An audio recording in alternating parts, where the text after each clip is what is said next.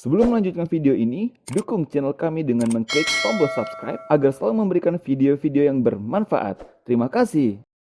Hai, Assalamualaikum warahmatullahi wabarakatuh. Selamat datang di channel Inspirasi Indonesia, menginspirasi dengan karya. Teman-teman tetap semangat walaupun kita masih di dalam fase pandemi ini Bang ya. Tetap selalu teman-teman jaga kesehatan, jaga kebersihan pastinya. Teman-teman ketika sudah menonton ini jangan lupa di subscribe. Kemudian tuh lonceng yang di sebelah kiri itu ditekan biar ketika kita memberikan video terupdate, kalian dapat notifnya nih. Nah kali ini di studio kita sudah kedatangan Bang Hajon Mahdi. Assalamualaikum Bang. Waalaikumsalam. Kita physical distancing Bang ya. Masih dalam fase-fase ini. Nah teman-teman semua, Bang, saya manggilnya siapa nih Bang? Bang siapa? Bebas, Bang Bang Hajon. Mahdi boleh juga. Tapi biasanya teman-teman akrab Hajon. Oke, Bang Hajon ini berumur 27 tahun tapi sudah mempunyai perusahaan sendiri di bidang IT.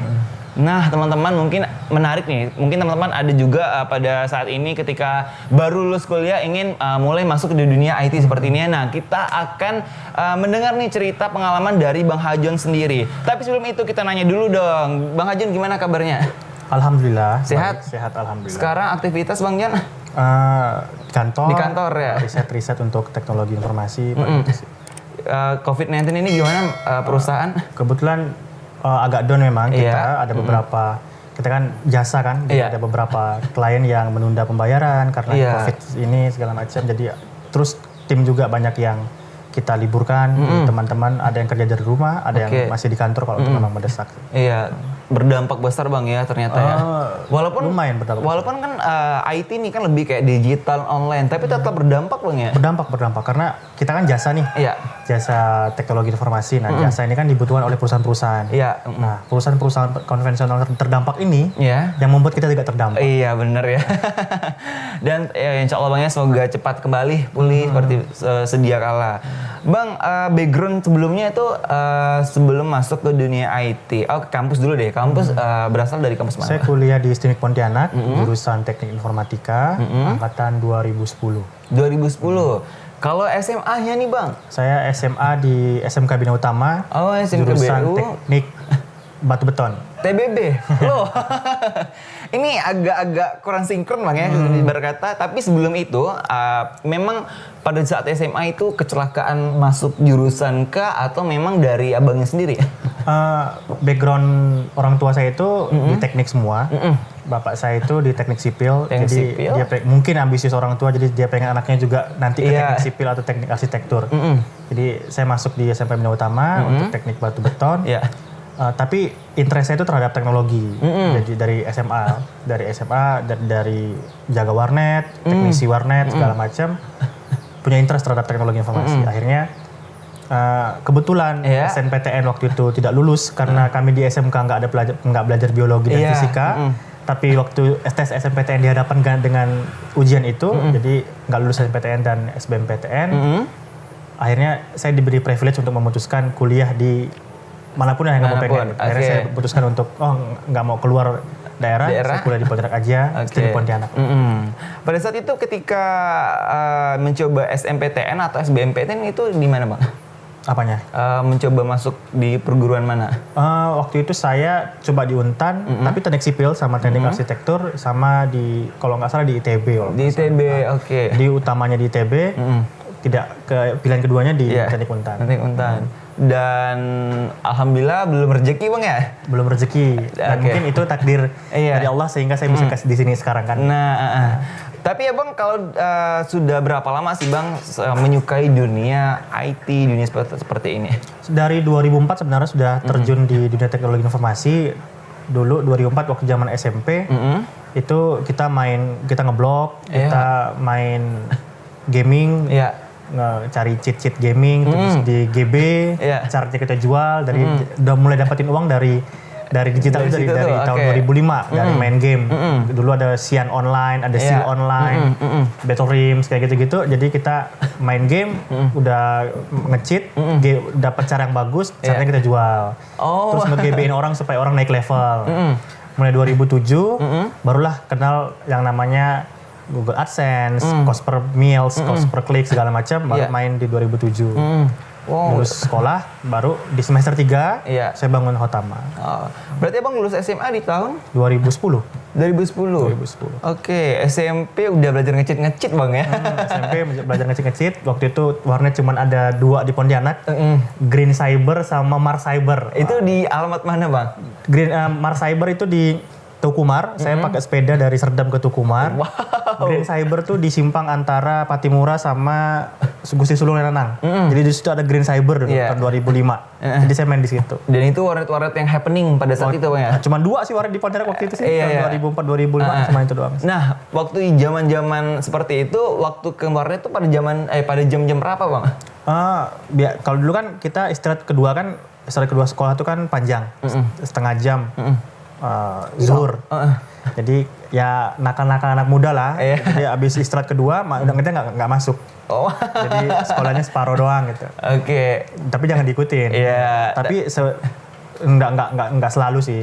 Cuman paling seminggu 4 kali atau seminggu 3 kali. Wow. Sampai ketegur nggak tuh bang sama pihak sekolah pada saat itu? Pernah sekali sih. Pernah sekali masuk BP karena ketahuan. Terus dimarahin sama guru BP, tapi ngulang lagi. Tapi tetap bang ya pada saat mencintai seperti itu bang ya, tetap melakukan walaupun udah kena marah nih ya, kena marah tetap saja masih melakukan bang ya. Tapi teman-teman mungkin boleh ambil sisi positif sama sisi negatifnya bang ya. Seperti itu ya, sisi negatifnya mungkin yang jam bolos itu mungkin janganlah seperti itu bang ya, tapi sisi positifnya ini kan ambisius belajarnya. Iya bang ya? Sebenarnya ketika kita memilih sesuatu tuh akan ada sesuatu yang kita korbankan sih. Nah betul sekali. Kalau waktu saya bangun Hotama di 2011 itu kan semester 3 kuliah. Jadi saya mengorbankan kuliah, tidak sering masuk kuliah untuk apa yang akan saya kejar gitu. Iya benar. Tapi tidak juga jadi anak yang bodoh di kampus untuk ya masih pas-pasan lah, IPK masih di atas 3. Iya. Kemudian lulus masih sangat memuaskan gitu-gitulah. Yang penting tentu tetap sesuatu itu ketika kita memilih sesuatu akan ada sesuatu yang kita korbankan. Pasti dikorbankan. Nah betul sekali. Nah kemudian Bang Hajun masuk di perguruan itu pada tahun 2010. Memang sudah ingin masuk jurusan informatika. Nah pada saat masuk apa yang abang dapatkan tuh pada saat itu? Tentu kuliah sih kalau saya sih kuliah kejar jaringan sih, teman-teman banyak di kuliah, kemudian dosen juga sangat membantu saat kuliah. Cuman saya tidak begitu muluk untuk ngejar ilmu di fase kuliah karena bagi saya itu ilmu di semua tempat sih. Iya jadi, benar. Saya banyakkan keluar untuk belajar di luar, di kuliah juga untuk akademisnya juga dikejar. Cuman saya korbankan karena ada sesuatu yang saya kejar lebih, yang pengen saya kejar gitu. Apa tuh Bang kalau boleh tahu? Yang kemarin yang dikejar lebih itu apa sih sebenarnya? Membangun mimpi sih. Mimpi dari dulu pengen punya perusahaan sendiri, kemudian pengen buka lapangan kerja buat orang lain. Itu sih yang kita kejar, yang saya kejar. Sudah berapa lama Bang kemarin menempuh perguruan tinggi? Lulusnya itu 3 tahun 6 bulan. Nungguin wisudanya tuh 6 bulan. Jadi 2010 masuk, 2014 kelar. Tepat waktu sih alhamdulillah. Tepat waktu ya. Nah, walaupun kata Bang tadi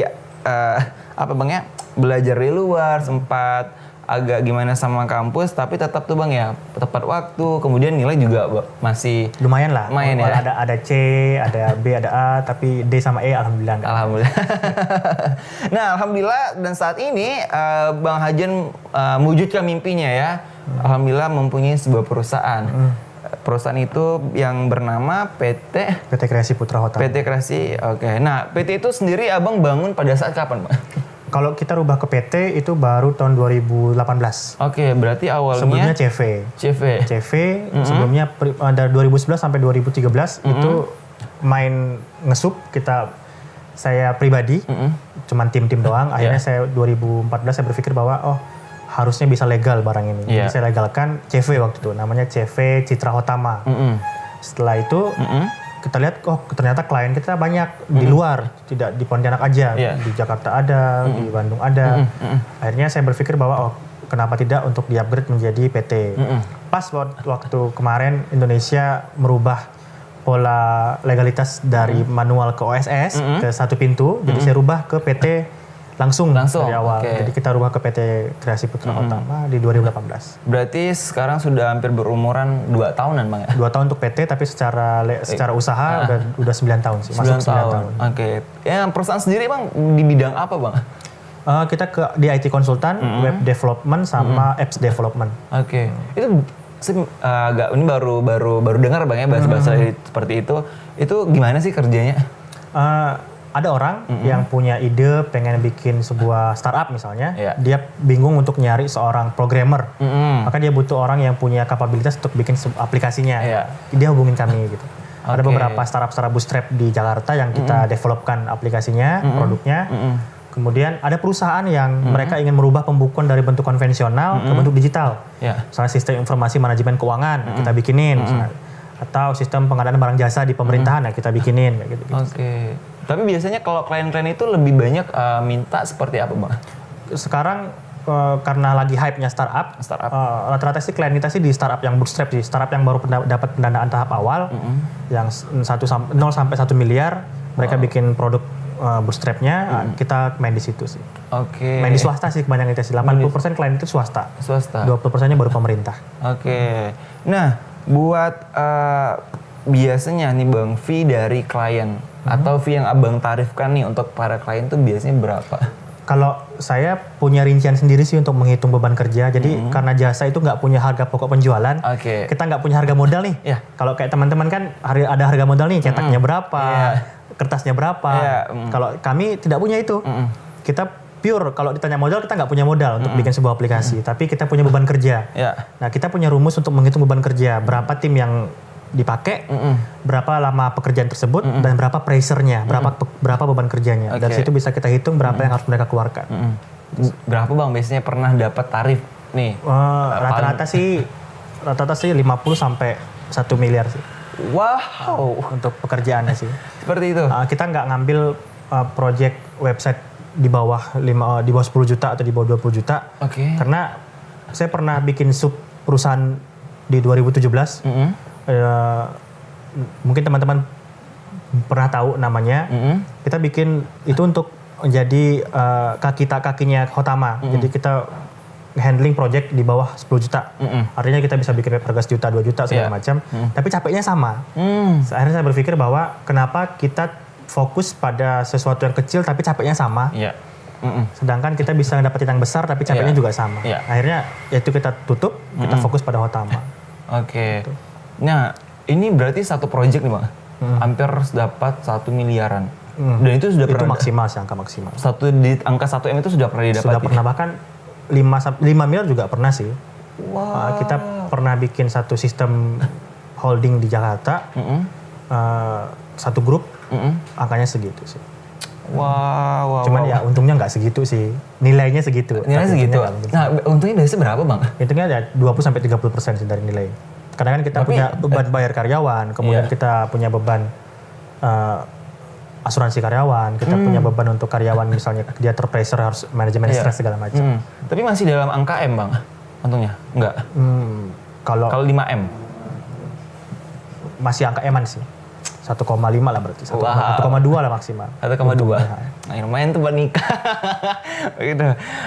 Di PT sendiri Bang ada berapa tim atau berapa? Kalau di Kreasi Putra Utama sekarang ada 20 orang timnya, 3 manajemen, 2 orang branding dan marketing, sisanya programmer.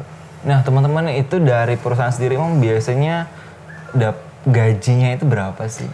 Kalau di kantor saya rata-rata gajinya 8. Di kantor saya. Di Hotama. Belum bonus untuk project. Biasanya project kalau tepat waktu kan nilainya juga lumayan. Jadi dibagi bonus di sana. Per bulan tuh Bang ya? Per bulan gajinya pokok. Kemudian sama bonus kalau ada project. Nah kriteria biasanya kalau Abang merekrut teman-teman atau untuk jadi tim itu Abang sendiri yang merekrut kah atau kayak membuka open gitu?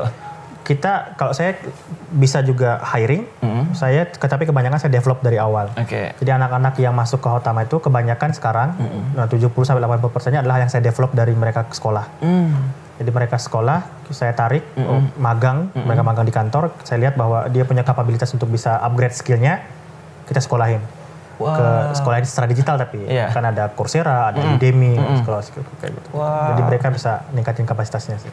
Luar biasa. Perusahaan alamat di mana sih, Bang? Di Serdam. Serdam juga? Di Gang Dangu 2, nomor C3B. Oke. Nah Bang, prestasi apa saja sih yang sudah didapati dari perusahaan sendiri? Hotama sih paling update tahun lalu. Kita juara 1 WMM di Kalimantan Barat, kemudian juara 1 juga di Kalimantan, kemudian juara 1 lagi di zona 1. Zona 1 itu Sumatera, Kalimantan, dan Sulawesi. Kemudian kita 3 besar di nasional. Wow, itu lomba apa Bang? Wirausaha Muda Mandiri. Wirausaha Mandiri. Itu pada tahun? 2019. Oke, hadiahnya berapa tuh Bang? Karena di nasional tidak menang, beda sama WMM sebelumnya yang banyak orang yang langsung masuk ke nasional, hadiahnya nggak ada bentuk biaya sih, nggak ada bentuk dana sih. Jadi hadiahnya jaringan, exposure, kemudian mentoring gitu. Oke. Yang di Kalimantan sendiri biayanya juga ada hadiah belum? Nggak ada. Nggak ada. Itu pure bener-bener mentoring semua sih. Kalau WMM yang tahun 2019. Kalau sebelum-sebelumnya sih selalu ada hadiah sih. Oke. Tapi pendapat itu juga ada lumayan Bang ya? Kalau saya sih ngikutin turnamen atau ngikutin kompetisi itu nggak ngejar prize-nya sih. Yang paling penting dari hadiah itu adalah jaringan. Karena bagi seorang wirausahawan atau seorang pedagang lah, yang paling penting itu kan jaringan. Iya benar. Jaringan yang bisa membuat kita lebih besar sih. Kalau kita ngejar prize-nya, rasa saya, menurut saya itu lebih besar ke jaringannya daripada ke. Alhamdulillah dari lulus WMM, beberapa bulan kemudian kita dapat beberapa project yang ternyata dari jaringan itu. Gitu. Nah itu keuntungnya Bang ya. Nah kalau buat koneksi jaringan sendiri itu sudah mencakup luas mana Bang? Kita sudah sampai Papua sih. Kita sudah pernah ngerjakan di Raja Ampat untuk aplikasi Surf Raja Ampat. Di Jakarta lumayan banyak, di Sumatera juga lumayan banyak sih. Kalau untuk di luar negeri sendiri Bang? Kebetulan kalau untuk di Hotama kita belum pernah ngerjain project di luar negeri sih. Belum pernah, nasional doang. Iya, sempat kepikiran nggak Bang, bahwasanya kan di Jakarta kan kalau perusahaan ini mungkin banyak Bang ya, dan kompetitornya juga lumayan. Sempat kepikiran nggak bahwa, loh kenapa sih klien tidak di Jakarta aja, kenapa jauh-jauh di Kalbar, seperti tadi di Papua kan, loh kenapa tidak di Papua atau di Jakarta, kenapa ke PT ini seperti itu? Lebih ke kita sih sebenarnya. Kalau kami kan jemput bola nih, kami ngiklan itu targetnya di Jakarta. Kebiasaan perusahaan-perusahaan di Jakarta itu mereka mengkomparasi antara perusahaan A dengan perusahaan B. Jadi mereka akan mencari kita di search engine di Google lah contohnya. Mereka akan cari kita misalnya jasa pembuatan aplikasi. Mereka akan komparasi. Setelah mereka komparasi, mereka akan lihat mana sih penawaran yang paling baik nih. Tinggal kayak proses lelang di pemerintahan lah. Tapi lebih kayak tender-tender gitu. Tender gitu lah. Tapi mereka akan sering intens untuk approach kita, intens untuk follow up kita. Ketika mereka yakin sama kita, mereka akan kontrak kita sih. Itu yang dilakukan sih. Kita lakukan seperti itu sih pendekatannya. Sehingga seluruh Indonesia pun bakal tahu nih Bang ya. PT ini Bang ya. Biasanya nih Bang kalau membuat aplikasi atau membuat suatu project itu biasanya berapa lama sih? Kita 90 hari sih. Rata-rata 90 hari. Karena 1 bulan itu develop, bulan keduanya review, bulan ketiganya launch gitu. Yang buat lama itu apa Bang? Kita mengerti dengan, kita kan misalnya nih kita ngerjain sebuah project dari bank. Dari bank, Kan kami bukan orang bank. Kami butuh mempelajari sistem di banknya. Iya benar. Kita pelajari dulu nih gimana sih teller masukin uang, gimana teller pelaporan uang per harinya.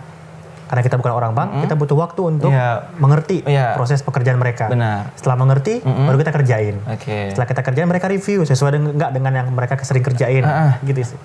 Oh itu yang buat lama Bang ya? Itu yang buat lama dan buat mahal. Oh iya benar-benar. Karena orang yang bukan terjun di bidangnya, masuk ke bidangnya untuk mengerjakan. Iya benar. Tapi nambah ilmu juga Bang ya? Nambah ilmu juga sih. Oh pernah di bank, banker juga? Ada di bank. Bank apa kemarin Bang? Swasta, warna merah, logonya M. Kantornya di Gajah Mada kok di Pontianak. Seberang Pasar Flamboyan. Oke. Nanti mau dimonetize kan? Iya. Jangan sampai sebut merek. Iya benar. Oke, di sini kan tadi saya lihat baca company Abang nih business service ada Android and iOS development ya. Nah berarti ini seperti apa Bang? Android aplikasi mobile, iOS aplikasi mobile di Apple. Itu sih. Sudah berapa banyak Bang kalau keinget nih membuat aplikasi buat Android dan iOS? Kalau Android kita sudah hampir 30-40 aplikasi sih kan kita buat. Baik itu kontrak langsung maupun kontrak yang non-disclosure agreement. Kalau iOS mungkin separuhnya. Karena nggak semua orang butuh aplikasi iOS. Nah itu bedanya apa Bang yang kontrak beda tadi itu? Kalau kontrak kerjasama terbuka, kita bisa ngeklaim bahwa itu portofolionya kami. Oke. Tapi kalau non disclosure, kami ngerjain, tapi nggak boleh klaim bahwa itu portofolio kami. Iya. Jadi seolah-olah itu mereka kerjain secara in-house. Gitu. Oke. Padahal abang nih yang itunya. Kami yang ngerjain. Oke. Biasanya kalau dari aplikasi Android dan iOS sendiri Bang, klien tuh minta buat seperti aplikasi seperti apa? Kalau untuk perusahaan-perusahaan sih biasanya untuk mempermudah pekerjaan karyawan sih. Kayak kita pernah kerjain di provider warna merah. Oke. Provider warna merah. Jadi kita ngerjain untuk sistem teknisinya. Jadi ketika abang saya mau berlangganan si merah. Nanti abang buka aplikasi My bla bla bla gitu kan. Yeah. Nah, abang buka aplikasi itu, abang daftar kan. Yeah. Kami nge-gateway itu. Kami pernah bikin aplikasi itu tahun 2018. Untuk si provider itu, untuk teknisinya. Jadi teknisi tahu nih hari ini dia kemana, besok dia kemana, lusa dia kemana lewat Androidnya dia. Gitu. Dan sekarang masih digunakan nih Masih Bang? digunakan. Wow, oke. Kemudian abang di sini juga service digital konten. Digital konten. Nah, Itu kita bikin untuk periklanan kayak Google Ads atau Facebook Ads kayak gitu sih. Oh, Bikin itu konten-konten gitu. Oke, juga. Tapi bukan mayoritas pekerjaan kita sih. Oke. Kita fokus pada development sih. Oke, tapi kalau ada orang yang minta, kita siap. Oke. Website and desktop ini berbentuk website Bang Website sistem kayak misalnya abang mau bikin kayak Tokopedia, kesebut kayak Bukalapak kayak gitu sih. Oke. Digital strategis nih Bang. Nah, Itu kalau seperti misalnya seseorang butuh konsultan untuk bikin strategis plan, bagaimana caranya supaya produknya bisa laku secara digital, kita juga sediain service itu. Oke. Consulting berarti orang yang konsultasi. Oke ya. Search engine optimization ini apa Bang? Search engine optimization itu misalnya websitenya pengen di halaman pertama Google. Nyari misalnya toko murah Pontianak misalnya. Websitenya Bang di halaman 10, kita bisa naikin ke halaman 1. Oh gitu. Itu servisnya itu. Itu ada caranya Bang? Ada caranya. Oke. Boleh nih. Inspirasi Indonesia dari deretan ke atas juga bisa berarti. Bisa pindah ke atas. Oke. Ini ada berapa? Ini teman-teman saya dapat beberapa. Brand-brand ternama Bang ya. Oh, Eljon juga. Iya, Putri Pariwisata. Kita pernah jadi IT advisor untuk Putri Pariwisata Indonesia 2013 sampai 2018. Bahkan sekarang beberapa websitenya masih sama kita kok. Oke, itu kemarin teman-teman dari Eljon sendiri itu berbentuk seperti apa Bang? Websitenya? Lebih ke web informasi, kemudian sistem, kemudian voting, web voting, kita pernah bikin mereka web voting. Untuk kan Eljon kan banyak nih, ada Putri Pariwisata, Miss Earth, Putra-Putri Pariwisata Nusantara, ada Miss Chinese sekarang, ada Supermodel. Nah, jadi kita bikinin sistem votingnya mereka sama sistem penjurian. Dan semua yang lisensi dari Miss Earth itu juga semua Bang buat semua yang kita buatin. Wow, luar biasa. Nah, kalau Miss Earth sendiri kemarin berapa tuh Bang? Tarif yang harus harus disebutin tarifnya ya, rata-rata average aja ya 50 sampai 100 sih. Eljon satu aplikasinya rata-rata. Satu aplikasi. Oh, luar biasa. Dan Abang paid perusahaan Abang juga pemerintah Bang ya? Pemerintah juga beberapa. Biasa kemarin pemerintah lebih ke project gimana Bang? Kita pernah mengerjain di provinsi untuk sistem pengadaan barang jasa. Sama di kota yang terakhir sih kita ngerjain direktori untuk ekonomi kreatif 14 subsektor sih. Wow. Untuk Dinas Pemuda, Olahraga dan Pariwisata kalau nggak salah. Oh, di Sporapar ya? Sporapar. Oke, ini tadi yang Serve Raja Ampat yang tadi Abang bilang. Oh, perusahaan juga ada Bang ya, seperti Antam. Oh, itu lebih ke web. Antam untuk mempermudah karyawannya Antam di lapangan di Tayan, itu bikin flowchart kerja mereka sih. Jadi setiap karyawan di Antam itu mereka mau diwajibkan untuk bikin flowchart pekerjaan. Oke. Nah, aplikasi ini untuk mempermudah mereka sih. Itu tahun lalu itu, 2019. Oke. Nah Bang, buat sahabat sendiri dalam beberapa ngerjain project pernah nggak sih kayak punya suatu kendala yang benar-benar sampai wow pusing? Tentu sering. Mulai dari klien yang masih prematur, artinya dia pengen bikin sesuatu nih, pengen bikin sistem buat perusahaannya dia lah. Cuman dia bingung nih mau bikinnya seperti apa. Kita juga bingung dong bikinnya seperti apa. Gambaran belum dapat juga Bang ya? Gambaran juga kita belum dapat. Itu sering terjadi. Makanya saya biasanya tekankan buat teman-teman yang pengen bikin sistem informasi buat perusahaannya dia, harus dimatangkan dulu nih. Jangan sampai bikin jadi mubazir. Iya benar. Ada juga klien tentu jasa. Ada juga klien yang revisinya nggak habis-habis. Oh ada bang? Ada, kontraknya cuma 3 bulan, tapi revisinya sampai setahun misalnya. Itu ada, cuman kita sudah punya treatment sendiri sih untuk memotong mata rantai itu sih. Oke. Nah, itu sih kendala-kendalanya. Tapi kalau misalkan dalam pengerjaan bang, proses pengerjaan tiba-tiba udah mulai oke nih, udah mulai fix, tiba-tiba mungkin kliennya sendiri nggak sesuai, atau tiba-tiba ada program yang error atau seperti itu. Itu tetap kita betulin sih, kalau programnya error, tapi selama dalam masa garansinya kita. Tetap kita benerin kalau ada errornya. Oke. Kalau buat klien sendiri bang, pernah nggak sih dapat komplain atau apa segala macam? Sering sih kalau klien sih. Kalau terutama misalnya dalam masa review mereka pengennya, oh warnanya dirubah dong, gitu. Padahal sebelumnya sudah warnanya, misalnya pengen warna pink awalnya. Ternyata dia di bulan berikutnya kayaknya warna biru deh bagusnya gitu. Nah, kayak gitu-gitu sih. Lebih ke revisi-revisian sih. Revisi-revisi yang dianggap mereka sebagai komplain sih. Gitu. Tapi buat ngerjain ngubah itu tuh mudah tuh gampang sih? Kadang-kadang mudah, kadang-kadang sulit juga. Bisa dikerjain karena butuh waktu sih. Karena kita yang bikin kan, otomatis sebenarnya bisa dirubah, cuma butuh waktu untuk merubahnya. Iya, dan ditambah kerjaan lain juga bang ya. Tapi kalau biasa buat ngubah itu ada uang lagi ke bang? Enggak. Selama dalam masa kontrak, dan itu bukan request yang baru. Artinya bukan request yang termasuk dalam surat kontrak, maka itu akan kita implementasikan. Tapi kalau requestnya baru, tidak termaktub dalam surat kontrak, maka itu akan kita cas. Oke, seperti itu. Nah teman-teman semua, perusahaan Bang Hajon ini juga salah satu membuat aplikasi bang ya, yang sempat happening banget pada saat itu, yaitu Grid Edu. Mungkin teman-teman semua kenal Grid Edu. Nah seperti ini, nanti kita tayangin di sini ya Grid Edu. Bang sendiri bang, mungkin sedikit cerita pengalaman mengembangkan Grid Edu ini bang. Kita ngembangin Grid Edu itu di 2018. 2017 akhir. 2018 launching, soft launchingnya, kemudian perbaikan minor. 2019 kita grand launching. Waktu itu grand launchingnya di Jakarta Convention Center, di kawasan Soekarno Hatta, dekat dengan Stadion Soekarno Hatta, Gelora Bung Karno. Gelora Bung Karno ya. Di Pak Anies Baswedan waktu itu launchingnya. Wow. Kemudian di Februari 2019, kemudian sampai sekarang kita kembangin, masih kita kembangin terus sih. Grid Edu sendiri aplikasi berbentuk apa bang? Dia itu aplikasinya di Android sama iOS, jadi secara value dia mengusung tema crowd learning. Jadi apapun yang dicari di pendidikan ada di Grid Edu, itu secara core value-nya. Jadi misalnya mau cari guru agama, cari guru matematika, cari guru silat, cari guru karate, ada di Grid Edu. Dan value Grid Edu juga dibandingkan dengan edutech lainnya, dia tidak mendistrap pekerjaan guru. Kalau di kompetitor sebelah, dia kan jual video belajar misalnya. Nah kalau di Grid Edu enggak, dia tetap memperdayakan guru, jadi guru tetap mengajar. Kita sebagai marketplace untuk mempertemukan antara guru sama murid. Gitu.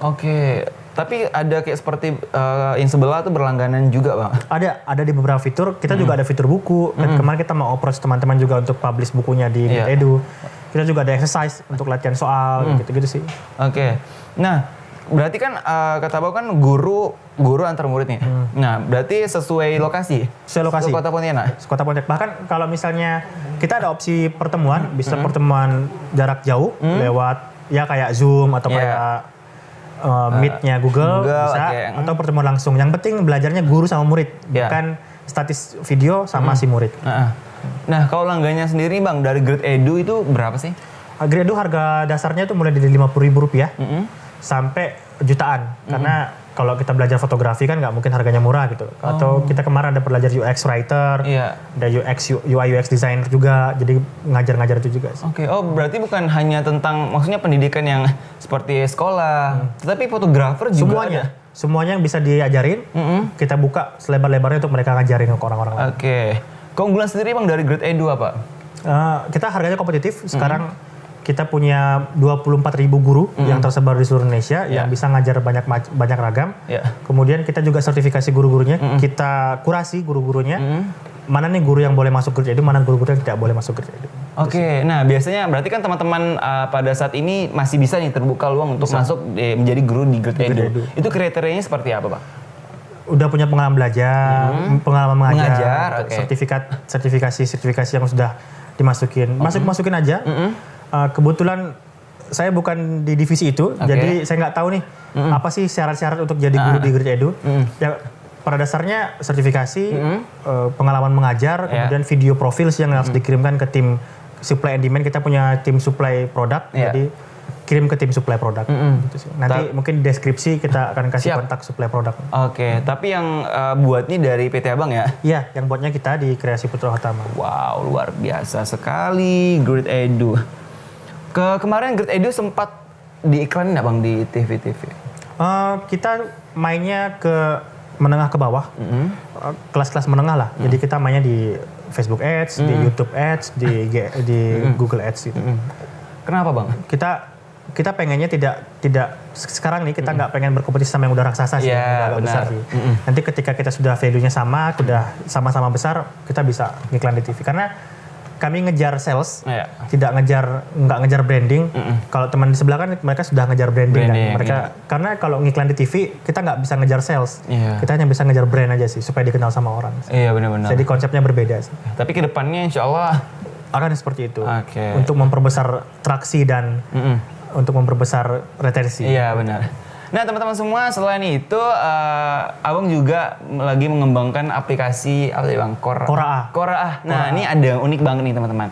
Koraa mungkin Bang bisa liatin Bang ya? Sekarang Koraa versi rilis tahap 1 sudah ada di Play Store. Jadi teman-teman bisa download di Google Play Store.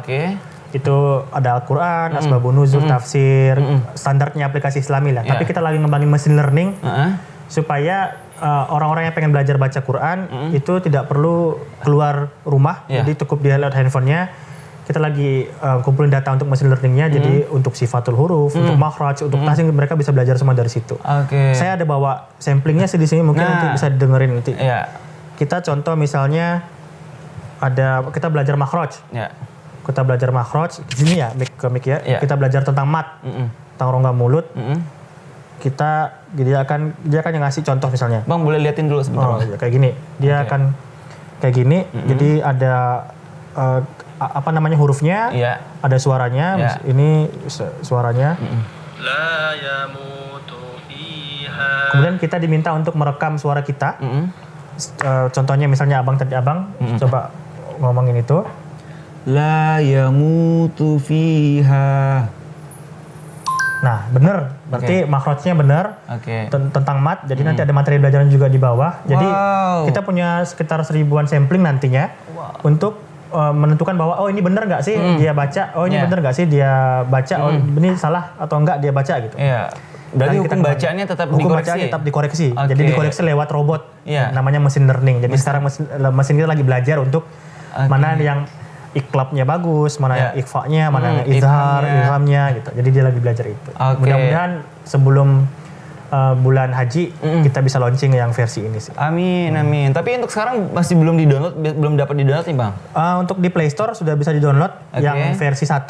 Versi 1 itu kita lagi ngumpulin user untuk dia download aplikasi Koraa di Play Store supaya dia bisa belajar baca Quran. Kemudian di situ ada artikel Islam, ada informasi kajian, ada apa lagi ya? Ada radio Islami, ada belajar makhraj juga di situ. Tapi yang belum yang machine learning, belum versi machine learning. Kalau ini insya Allah sebelum bulan haji lah paling lambat. Nah teman-teman berarti yang di versi 1 sudah dapat di-download nih Bang? Udah bisa di-download di Play Store. Belum di iOS belum. Tapi tenang aja, tapi tidak apa-apa, nanti minjam teman yang pengguna Android Bang ya. Tadi apa nama aplikasinya Bang? Koraa. Q-A-R-A. Petik atas A. Koraa. Nah ini teman-teman bisa dapat membantu nih pada saat bulan Ramadan nih Bang ya? Iya, bulan Ramadan. Nah ini tepat sekali. Salah satu value-nya Koraa juga, dia mampu untuk men-silentkan handphone teman-teman pada saat masuk jam sholat. Kan kita sering sholat, tiba-tiba sebelah orang ada yang berdering, lagu TikTok segala macam, gitu, orang teleponan. Kalau di Koraa secara otomatis ketika masuk jam sholat, handphone teman-teman akan tersilentkan. Wow, keren. Gitu. Jadi waktu 30 menit setelah waktu sholat dia akan bunyi lagi. Gitu. Wow, Gitu sih. jadi tetap aman Bang ya, Tetap walaupun kayak biasanya kan memang di masjid-masjid kan selalu ada tulisan silent. Nah, Yang punya handphone dimatikan. Nah, Entah gitu. yang punya handphonenya atau handphone yang dimatikan. Nah, tapi don't worry ketika sudah menginstal aplikasi Quraah ini, insya Allah tetap aman Bang ya. Aman, secara otomatis 5 waktu. Begitu masuk waktu sholat, handphone teman-teman akan tersilentkan, akan diam. Ketika waktu sholatnya selesai, 30 menit, Yeah. suara handphonenya akan kembali lagi. Oke. Dan itu free Bang kalau Free. di-download? Free, Oke. gratis. Dan pada saat Kalau ini dibayar pakai pahala nanti. amin ya pasti Bang ya, karena kan itu amal jariah juga ya, apalagi tentang agama seperti itu. Kalau buat download sendiri sudah berapa banyak sih Bang? Sekarang user kita di 24.000 Quraah, di 24.000 sempat nyentuh 4 besar. Jadi Quraah itu di Play Store akhir bulan April kemarin itu nyentuh 4 besar, saya liatin. Ternyata teman-teman bahwasanya kirain kita orang awam aplikasi-aplikasi itu tuh dibuat oleh orang-orang luar Bang ya, orang-orang luar Kalimantan Barat, orang-orang luar mungkin Jakarta. Ternyata pemuda asli Pontianak yang buat teman-teman semua. Ini benar-benar prestasi yang luar biasa. Dan Bang Hajon lagi sedang membuka Nah ini kita pernah trending 6 di Play Store. wow. Yang trending 4-nya Boleh liatin, Bang. ini kita pernah trending 6 di Play Store bulan April. Jadi masuk 10 besar di Play Store untuk kategori gaya hidup. Gaya hidup, lifestyle ya. Lifestyle. Jadi Oke. 10 besar. Oke. Nah, tadi kan sedikit nih Bang tentang aplikasi Quraah sendiri tadi ada mengenai informasi kajian. Nah, itu informasi kajian seputar kota atau Seluruh Indonesia. Seluruh Indonesia. Karena market kita Quraah tidak ke kota Pontianak tapi seluruh Indonesia. Oke. Jadi semua kajian, jadi teman-teman bisa ngefilter mana kota yang teman-teman mau cari, kota Pontianak aja kah, atau kota Jakarta, atau kota Yogyakarta, ataupun teman-teman yang punya informasi kajian, teman-teman bisa inputkan juga ke dalam Quraah. seperti Nanti situ. akan kita kurasi. Kita lihat, oh ini masuk, biasanya kan ada orang yang Yeah. iseng-iseng, input tebak-tebakan gitu kan. Masuk kategori kajian atau bukan. Gitu. Yeah. Ketika masuk kategori kajian akan kita publish, ketika nggak masuk kategori kajian kita akan reject. Oh, berarti tetap difilter Bang ya. Kita filter. Oh, ternyata berarti informasi itu juga dari teman-teman semua Iya. menginformasikan. Ya, kami secara daily, teman-teman juga bisa inputkan juga lewat Oke, berarti teman-teman dari Abang ini standby nih ya? standby. Kita Standby. ada beberapa karyawan yang fokus untuk inputin konten di Quraah. Oke. Nah, kemudian juga ada informasi mengenai radio. Radio, kita ada radio Islami yang dihimpun dari seluruh Indonesia yang mereka sudah streaming, kita masukin ke Quraah. Jadi teman-teman bisa dengar radio Mujahidin FM Pontianak Iya. di Jakarta, di Semarang dan di Surabaya lewat aplikasi Quraah misalnya. Wow, biasanya kan ada beberapa memang biasa bawaan handphone hanya dengar frekuensi yang ada di kota aja nih. Tapi lewat Quraah teman-teman bisa semua dengar seluruh Indonesia. Oh, luar biasa sekali, Masya Allah. Nah, Bang sendiri harapan nih Bang, suka duka dulu deh. Suka duka selama beberapa tahun menjalani perusahaan seperti ini. Silakan Bang. Sukanya sih karena kita bisa berdayakan teman-teman sih. Iya. Apalagi karyawan saya itu mayoritas mereka yang saya develop dari zaman mereka sekolah sampai sekarang mereka sudah saya lihat ada beberapa karyawan yang waktu sekolahnya pakai sepeda, sekarang udah bisa beli motor, bahkan laptopnya udah lebih mahal daripada saya misalnya. Gitu-gitu sih, itu sih kesukaannya sih. Iya. Selain karena itu kita juga bisa tambah jaringan banyak. Tapi dukanya ya, apalagi sekarang nih dari pandemi corona, Ya. itu down banget sih untuk sisi di usaha sih. Kita harus bisa survive Iya. karena kita sebagai pengusaha punya kewajiban untuk membayar gaji karyawan, sementara cash flow lagi sakit-sakitnya gitu, Iya. lagi perlu diselamatkan. Nah itu sih dukanya sih. Iya. Oke, berarti memang saya juga dapat informasi ada beberapa perusahaan yang memberhentikan, ada juga yang membayar setengah gajinya seperti itu. Dan ini juga Abang salah satu tantangan Bang ya. Tantangan sih. Survive banget Survive, ya. kita harus bisa survive sih. Nah, tapi kalau di karyawan Abang sendiri full juga kah seperti biasanya? Karyawan ada beberapa yang WFH. Kalau di Grid Edu sih sekarang 100% WFH. Mereka kerja dari rumah karena aturan di Jakarta Iya, kan, benar. WFH semua, tapi gaji full. Nah itu juga Iya. survive buat kita sih. Iya, Tapi kalau iya. di Pontianak masih kerja di kantor, cuman diaturin untuk physical distancing gitu-gitu Oke, sih. iya. Yang penting semua bisa teratasi Bang ya. Insya Allah Bang semoga pulih kembali, Amin, amin, perusahaan amin, juga berjalan seperti sedia kala Bang ya. Nah, terakhir nih Bang, harapan ke depan Abang apa nih? Ada goals apa yang mungkin belum didapetin seperti itu? Saya pengen, kalau saya kan dari ekonomi bawah. Sekolah juga sulit juga kan, kuliah juga nyari beasiswa kemana-mana atau kuliah juga sering nunggak sih. Saya pengen nanti orang-orang di sekitar saya itu tidak ada yang nunggak lagi sih, dan itu mudah-mudahan berkat kehadiran saya gitu. Jadi saya bisa bermanfaat buat mereka semua di lingkungan saya sih. Itu sih goals utamanya sih. Goals utamanya. Nah, tetap sama seperti channel kita Bang, karena kita selalu memberi bermanfaatan, menginspirasi teman-teman semua. Nah, makanya, nah ini terakhir nih, kok terakhir mulu sih? Oke Bang, pesan-pesan nih teman-teman yang baru, kayaknya dunia IT asik nih. Awal mulai nih gimana nih ya? Mungkin pesan-pesan Bang sedikit buat teman-teman agar menguatkan dari awal ingin di dunia IT seperti ini. Fokus. Karena di dunia IT itu banyak cabang-cabangnya sih, banyak niche-nya ada. Kalau teman-teman fokus, teman-teman punya feel di bidang IT tapi seninya bagus, teman-teman bisa kerja sebagai UI designer, user interface designer atau UI UX designer. Fokus ke situ aja. Karena fokus yang bisa buat teman-teman bisa punya pengalaman. Kemudian kedua konsisten. Memang di dunia IT itu butuh belajar yang banyak, bahkan teman-teman bisa lupa waktu. Teman-teman bisa jadi auto introvert yang hyper introvert di rumah doang untuk belajar di coding segala macam. Fokus dan konsisten sih. Kalau di dunia IT sih itu sih yang paling penting, fokus dan konsisten. Teman-teman akan bisa panen di kemudian hari. Karena sampai tahun 2030 demand untuk tenaga teknologi informasi itu banyak banget, tinggi banget. Bahkan sekarang tenaga IT itu kurang orangnya. Jadi banyak perusahaan-perusahaan yang menggunakan teknik namanya headhunting. Jadi mencuri SDM dari perusahaan-perusahaan lain untuk masuk ke perusahaannya dia gitu. Jadi sekarang tenaga IT lagi menjadi primadona untuk jadi tenaga profesional. Jadi teruslah belajar, fokus dan konsisten supaya teman-teman bisa mendapatkan hasil dan bisa panen cepat atau lambat. Gitu sih. Intinya latihan terus. Jangan lihat orang kiri kanan, karena bunga tidak mekar bersamaan. Jadi teman-teman akan punya waktu yang tepat untuk teman-teman bisa mekar. Luar biasa. Terima kasih Bang Hajan Mahdi sudah memberi pengalaman, memberi ilmu. Luar biasa sekali. Insya Allah semoga bermanfaat untuk teman-teman semua. Dan sukses terus buat Bang Hamdi. Perusahaan juga makin lancar, sehat terus. Yang penting kembali ke visi Bang Hamdi selalu menjadi orang yang bermanfaat ke banyak orang. Amin. Nah teman-teman semua, terima kasih banyak sudah menonton channel ini. Insya Allah semoga bermanfaat teman-teman semua. Ayo terus dukung karya anak bangsa dengan subscribe channel Inspirasi Indonesia, menginspirasi dengan karya. Kemudian teman-teman jangan lupa like, komen, dan share nih ke teman-teman semua, karena ini adalah informasi yang sangat penting banget. Teman-teman semua tetap selalu kita tidak pernah bosan nih Bang, karena di pandemi ini selalu tetap menjaga kesehatan, menjaga kebersihan, tetap menggunakan masker. Abang tadi sih menggunakan masker kan? Nah, menggunakan masker selalu tuh teman-teman.